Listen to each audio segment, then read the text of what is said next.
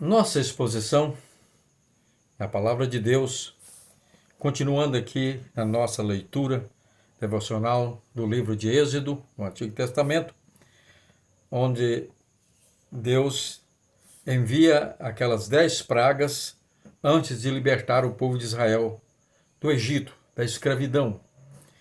E a nossa reflexão está baseada no capítulo 10, versículo 1 e no capítulo 11, versículo 10, onde lemos aqui no capítulo 10: Depois disse o Senhor a Moisés: Vai a Faraó, porque tenho endurecido o seu coração e o coração dos seus servos, para fazer estes meus sinais no meio deles. No versículo 10 do capítulo 11. E Moisés e Arão fizeram todas essas maravilhas diante de Faraó. Mas o Senhor endureceu o coração de Faraó, que não deixou ir os filhos de Israel da sua terra.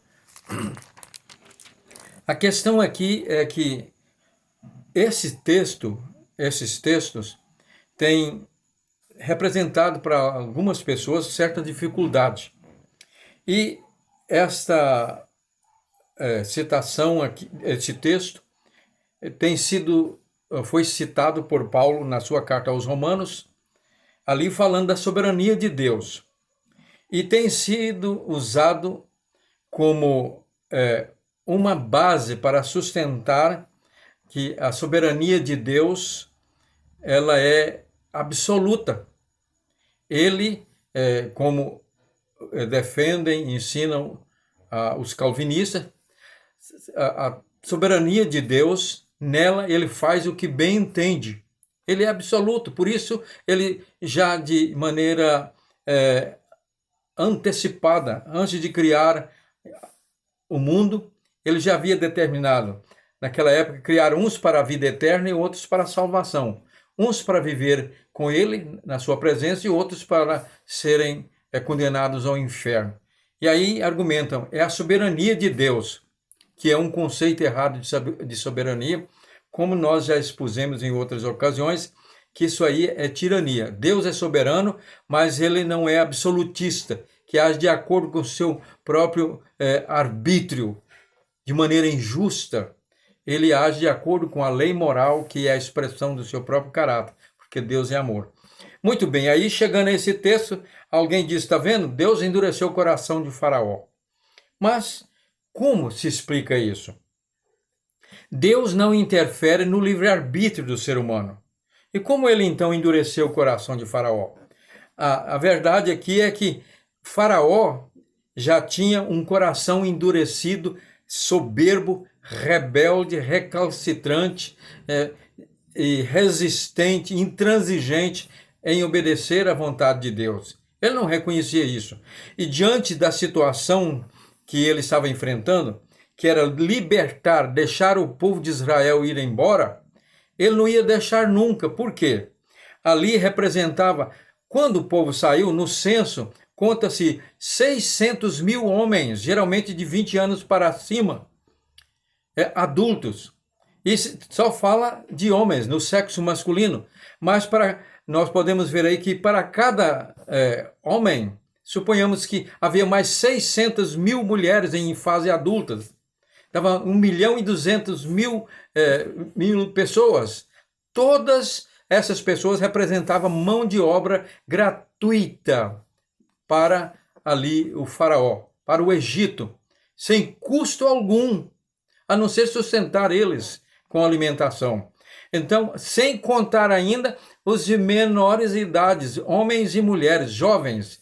Talvez aí chegaria a cerca de 2 milhões de pessoas em mão de obra que o faraó ia perder. Seria um prejuízo incalculável. Então ele estava determinado, com o coração duro, que não iria deixar o povo sair. E o que Deus fez ali, ele poderia ter mandado a praga que convenceu ele de libertar o povo, que foi a morte dos primogênitos, já na primeira ou segunda. Mas Deus simplesmente, nesse caso que ele endureceu, ele fez o seguinte, ele congelou aquele estado de rebeldia de coração duro de Faraó, para que ele pudesse realizar ali todos aqueles sinais, como nós já vimos aí, que Arão e Moisés e Arão realizaram todos esses sinais diante de Faraó, mas o seu coração estava endurecido. Portanto, Deus tinha aí dois propósitos. O primeiro, nós temos aí que era tornar conhecido o seu nome a todas as nações ali da antiguidade, do Oriente Médio, da Mesopotâmia. Todos aqueles milagres extraordinários, aquelas 10 pragas, e a forma como ele libertou o povo se tornou um fato conhecido no mundo naquela época. E 40 anos depois, quando o povo de Israel chega na terra de Canaã, então eles ainda lembravam e sabiam o que é que Deus tinha realizado no Egito para libertar aquele povo. Então, isso Deus fez para que o seu nome fosse conhecido, não só no mundo daquela época, mas através da história em todo o mundo, como é conhecido esses milagres, essas realizações do Senhor. E o segundo motivo, porque Deus prorrogou ali a libertação do povo, realizando aqueles milagres, aquelas pragas, né, foi para convencer, mostrar para as descendências de Israel, as futuras gerações, como é que o seu povo foi liberto. E através desses grandes milagres contados, sempre repetidos, nós vamos ver aí, inclusive com a celebração da Páscoa, ali na libertação, na última praga, quando morrem os primogênitos, Deus determina que então celebrem a Páscoa, matam o cordeiro e passam o sangue nas ombreiras e na verga da porta, para que naquela casa onde tivesse a marca do sangue, então o anjo da morte não matasse o primogênito. Então, isso foi exigido que fosse contado. E quando, lá em Êxodo capítulo, nós temos aí no Êxodo capítulo 12, 26 e 27, lá Deus diz, olha, para que quando seus filhos no futuro perguntarem o que quer dizer isso, por que essa celebração? Aí vocês vão contar a história do que Deus realizou. E isso serviria para quê? Para estimular a fé das futuras gerações no Deus de Israel, o Deus eterno, o Deus poderoso.